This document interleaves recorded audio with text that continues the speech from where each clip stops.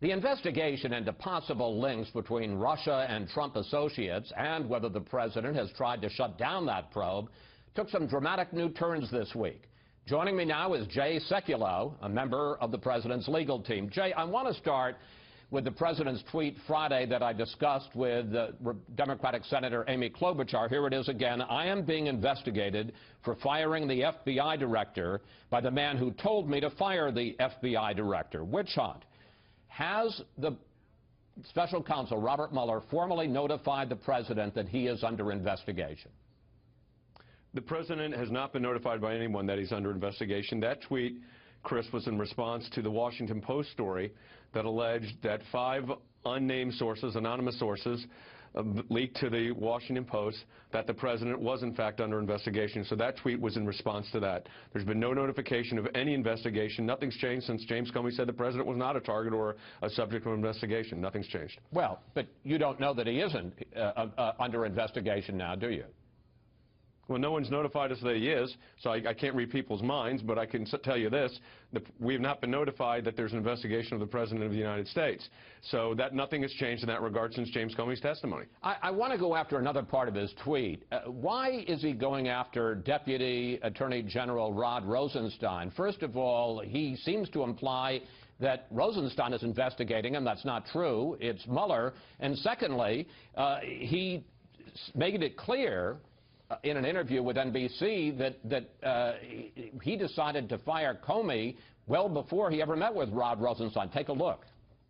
I was going to fire regardless of recommendation. So there was he made a recommendation. He's highly respected, very good guy, very smart guy. The Democrats like him, the Republicans like him. He made a recommendation, but regardless of recommendation, I was going to fire Comey.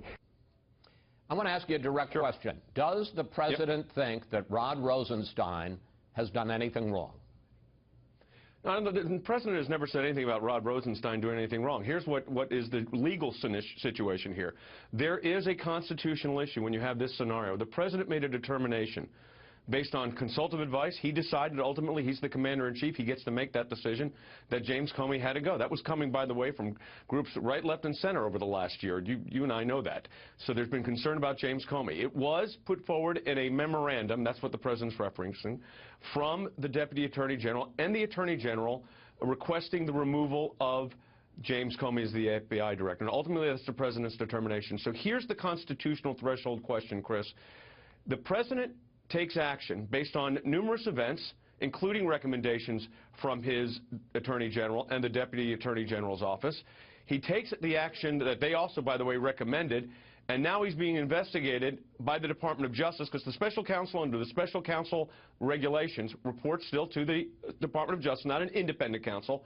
So he's being investigated for taking the action that the Attorney General and Deputy Attorney General recommended him to take by the agency who recommended the termination. So that's the constitutional threshold question here. That's why, as I said, no investigation. What's the question? I mean, you stated some facts. First of all, you've now said that he is being investigated after saying that you didn't. No. You just said, no, he's sir, not being investigated. You just said that he's being investigated. No, Chris, I said that let me be crystal clear so you completely understand. We have not received nor are we aware of any investigation of the President of the United States. Sir, you just said 2 times that he's being investigated. No. The context of the tweet, I just gave you the legal theory, Chris, of how the Constitution works. If, in fact, it was correct that the President was being investigated, he would be investigating for taking action that an agency told him to take. So that is protected under the Constitution as his Article I power. That's all I said. So I appreciate you trying to rephrase it, but I'm just being really direct with you here, Sir, I didn't rephrase it. The tape will speak.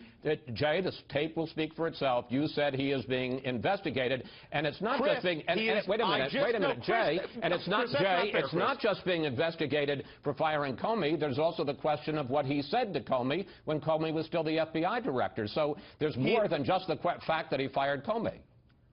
Chris, let me be clear. You asked me a question about what the president's tweet was regarding the Deputy Attorney General of the United States. That's what you asked me. And I responded to what that legal theory would be. So I do not appreciate you putting words in my mouth when I've been crystal clear that the President is not and has not been under investigation. I don't think I could be any clearer than that. Well, you don't know that he's not under investigation again, sir. I mean, I cannot read the mind. You're right, Chris. I can't read the mind of the special prosecutor. Okay, so we're in agreement. You don't know whether he's under. You don't know whether he's under investigation. You don't know whether he's under investigation or not. Question I'm asking you is, does he think that Rod Rosenstein? It's a very simple question. Does he think that Rod Rosenstein did anything wrong?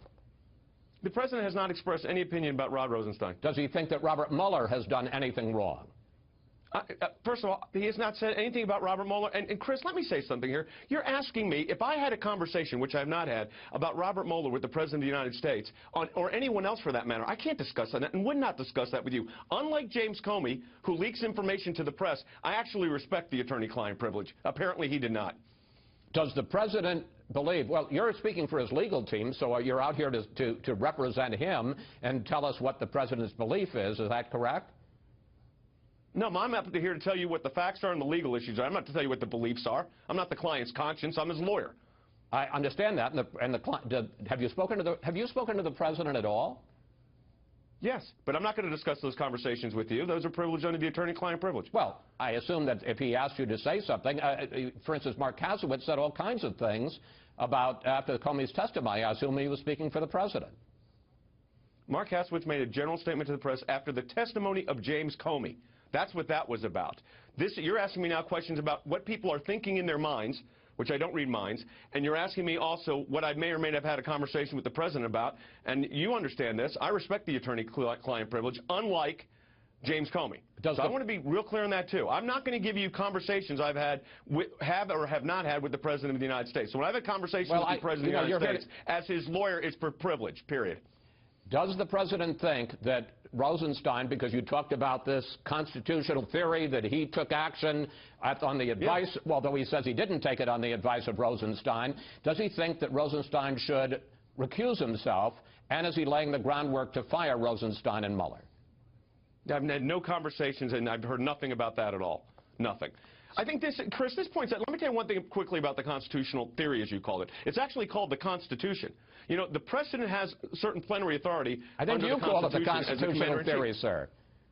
Yeah, it is a constitutional theory based on the Constitution. I understand that. Not so-called. It's the constitutional theory. It's part of the Constitution. President has inherent authority. Here's what you're trying to do, Chris, and I appreciate it. Now you're reading minds again. Now you're reading minds again.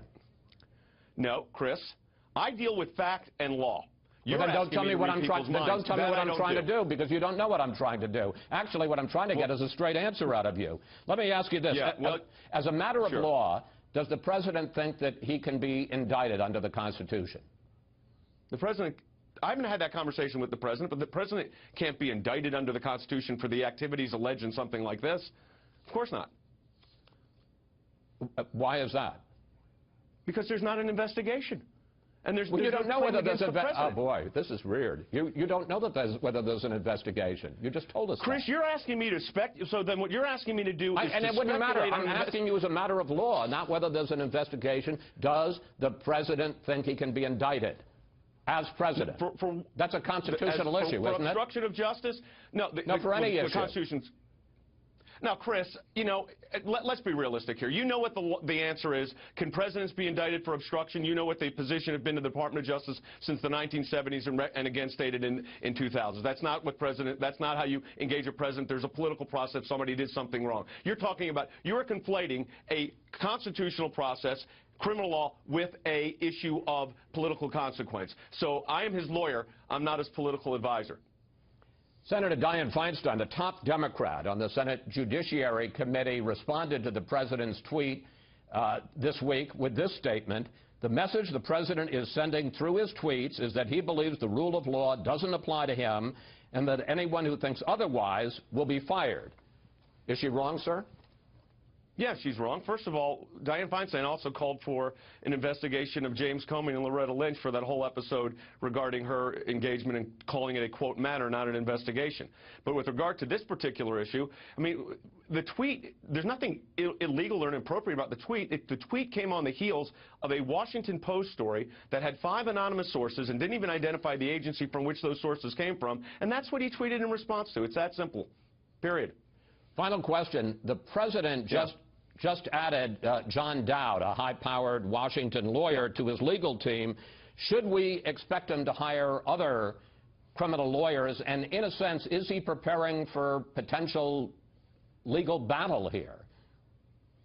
Look, I mean, John Dowd is a legal legend. You know that in Washington, D.C. And the president is doing the appropriate thing by hiring lawyers necessary. If there was to be an investigation, if there were to be an investigation, you have the lawyers in place. We've got a great legal team led by Mark Hasowitz. We've got John Dowd on the team. This is a solid team, contrary to some of the press reports, a deep team. Do you think, I misspoke, I'm going to ask one more question, because I'm not allowed to ask you what the president thinks. Do you think that he should stop, do you think he should stop tweeting about this case? Look, here's the thing on that. You know, people have been asking me that. The president has changed the way in which engagement goes on. I mean, you've got great ratings, no doubt about it, Chris, but let's face it. The president speaks to 107 million people through his social media platforms. He revolutionized the election process by utilizing media in a different way. So I think, look, the president knows the effectiveness of social media. He's been very effective at it. Again, I'm his lawyer. I deal with the issues. Nothing that he's tweeted is causing me any issues whatsoever at this point. Nothing. Jay, thank you. Thanks for coming in. Thanks, it's always interesting to talk to you. Please come back, and we'll continue it, and maybe this time we'll get on this. You know what? Be here in studio, and we can stay on the same wavelength. There we go. All right, Happy sir. Father's Day. Happy Father's Day to you, too, sir.